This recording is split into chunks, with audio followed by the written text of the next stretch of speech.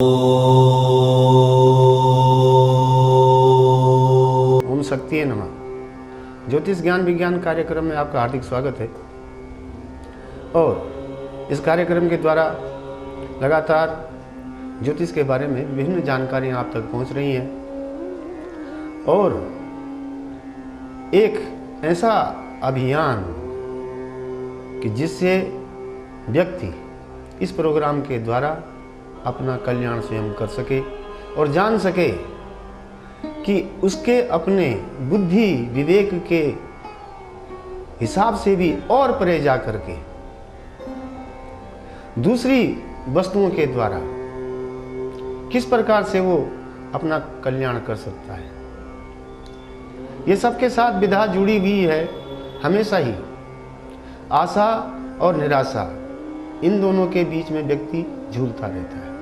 कुछ प्राप्ति होती है तो बहुत आसानित होता है, अगर कुछ प्राप्ति नहीं होती है तो निराशावान हो जाता है।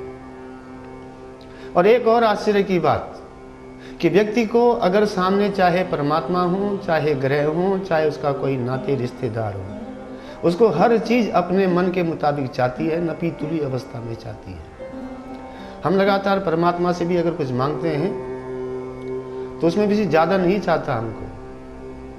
गर्मी में अगर अधिक गर्मी हो गई तो वो भी असहनीय है, वो भी हमें नहीं चाहती। अगर सर्दी में ठंड ज़्यादा हो गई तो वो भी हमें नहीं चाहती। बरसात में अगर बरसात ज़्यादा हो गई तो वो भी हमें नहीं चाहती। और सूत्र भी ये कहता है कि अति सर्वर्थ वर्जेत, अति की स्थिति हमेशा ही खतरनाक होती है। ग्रह जिसे हम ज्योतिष के द्वारा सोचना चाह रहे हैं, समझना चाह रहे हैं, जानना चाह रहे हैं, ग्रह के साथ भी यही एक स्थिति लगातार बनी रहती है कि हम संबंधित ग्रह से अपने मन मुताबिक ही चाहते हैं। कल हम बात कर रहे थे कि ग्रहों के पास जो पदार्थ होते हैं उन पर उनका जो अपना व्यक्तिगत पर्सनल उनका जो कंट्रोल होता है, जो उनके अधीन जो वस्तु है, हमको उनसे वही चीज़ प्राप्त हो सकती है। अगर उन चीज़ों का मालिक होकर के वो हमारी कुंडली में अच्छी जगह पर बैठा हुआ होगा तो हमको निश्चय ही उन संबंधित वस्तुओं में अच्छा लाभ करेगा। अन्यथा उन सभी बातों में जिनका वो कारक करता है, जिनका वो प्रतिनिधित्व करता है वस्तुओं का, उनसे हमें हानि पहुंचाएगा।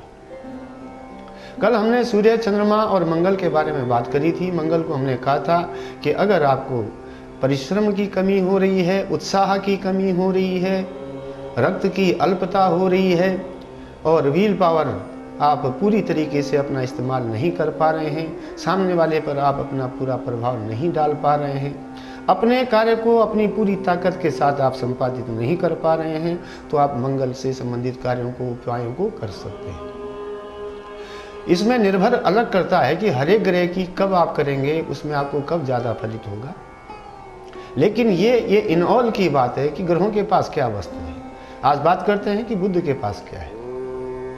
तमाम दुनिया के अंदर जितना भी हरित क्षेत्र है, जितनी भी हरियाली है, जितना भी किसान कार्य कर रहा है, जितनी भी कूटनीति विश्व के अंदर हो रही है और जितना भी बुद्धि का विकास लगातार मनुष्य करता जा रहा है, शरीर के अंदर जो आपकी नसों का तंत्र है, जो नर्वस सिस्टम है, उसका गले का जो हिस्सा है, उसका फेफड़े का जो हिस्सा है, उसका हाथों कंधों का जो हिस्सा है, उसका, इन सब बातों का बुद्ध से बहुत लेना देना है। हरी वस्तुओं में, चाहे हरी वस्तुओं में सब्जी का व्यापार हो, चाहे बागवानी हो, चाहे खेती का व्यापार हो, ये सारी बातें उसके अंदर आती हैं। अगर आप संबंधित कार्यों को करना चाहते हैं तो आपको बुद्ध के पास जाना पड़ेगा। बुद्ध से संबंधित बातों को आपको देखना पड़ेगा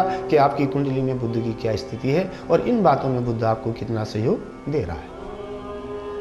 इसके पश्चात बात करते हैं बृहस्पति, जीव गुरु, गुरु देवताओं के। बृहस्पति के बाद जो सबसे बड़ी वस्तु है, जहां तक मैं समझता हूं, तो आध्यात्म है। और अगर भौतिकवाद में उस चीज को अगर समझता हूं या ज्योतिष उसको बताता है तो वो है महत्वाकांक्षा।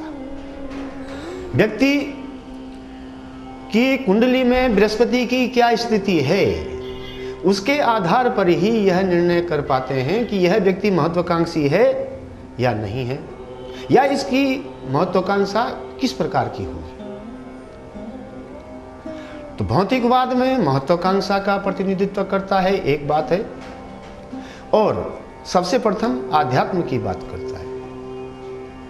भौतिकवाद में अगर बात करेंगे तो एक चीज और बृहस्पति हमको लगातार देता है, जो हमने एक शुरू में एक प्रश्न करा था कि हेरिडिटी ज्योतिष का एक बहुत बड़ा अंग है, कि बिना हेरिडिटी के हमें ज्योतिष का सही फलादेश नहीं मिल पाता।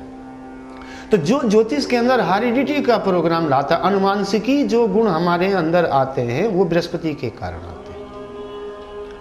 बृहस्पति की क्या स्थिति है, इससे हमें यह पता लगता है कि इसका पैतृक संपत्ति से कितना इसको लाभ या हानि है, या पैतृक इसकी क्या स्थिति है, या फोर फादर इसकी उनकी लोगों की क्या स्थिति है, या इसका परिवार का जो बैकग्राउंड है वो क्या है।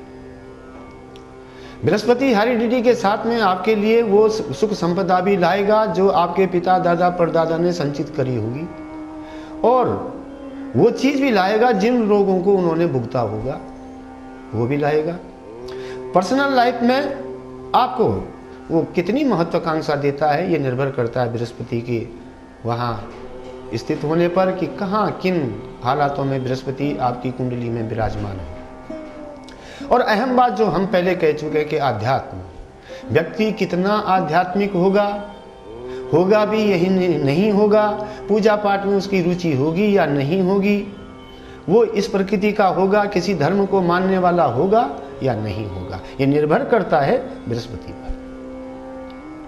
तो बृहस्पति में बहुत महत्वपूर्ण बात महत्वाकांक्षा और धार्मिकता, आध्यात्म। उसको आध्यात्म के तौर पर कहाँ किन मंजिलों को प्राप्त करेगा, उसका आध्यात्म एक दिन उसको किस चरम सीमा पर ले जाएगा, ये बृहस्पति गुरु महाराज ही निर्णय करते हैं। इसके पश्चात आते हैं बृहस्पति से संबंधित और बातों पर भी। अगर कोई सुनार का काम करता हो, जेवरात का काम करता हो, पीली चीज़ों का काम करता हो, दाल मिल का काम करता हो, अगर स्वर्ण का अलग से कोई काम करता हो, पैतृक कार्यों को करता हो, पुस्तकों का कार्य करता हो, धार्मिक अनुष्ठानों पुस्तकों का कार्य करता हो, पंडिताई करता हो, ज्योतिष का काम करता हो, ये सारी बातें बृहस्पति के अंदर। कहीं शिक्षा दे रहा हो लेकिन उच्च स्तर की शिक्षा बृहस्पति देता है, छोटी नहीं। छोटे मोटे प्राइमरी स्कूलों में नहीं पढ़ाता बृहस्पति। बृहस्पति उच्च विद्या का दाता है। तो बृहस्पति में बहुत सारी बातें हैं। इसके पश्चात अगर हम देखेंगे कि बृहस्पति के कारण आपकी कुंडली में अगर आपकी महत्वाकांक्षा भी आती है और हेरिडिटी में भी आपको बृहस्पति सहयोग कर रहा है, तो हम निश्चय ही ये कह सकेंगे कि एक अच्छे परिवार में जन्म लेने के बावजूद आपको महत्वाकांक्षा भी बहुत अच्छी मिली है, और आप अपने बैकग्राउंड को साथ में लेकर के अपनी जिंदगी में लगातार सफलताओं को प्राप्त करते रहेंगे। एक ऐसा कार्यक्रम ज्योतिष का जिसके द्वारा आप लगातार ज्ञान प्राप्त कर रहे हैं और सोच रहे हैं, समझ रहे हैं कि ज्योतिष से हमको किस प्रकार से लाभ प्राप्त होता रहेगा। देखते रहें हमारा कार्यक्रम ज्योतिष ज्ञान विज्ञान।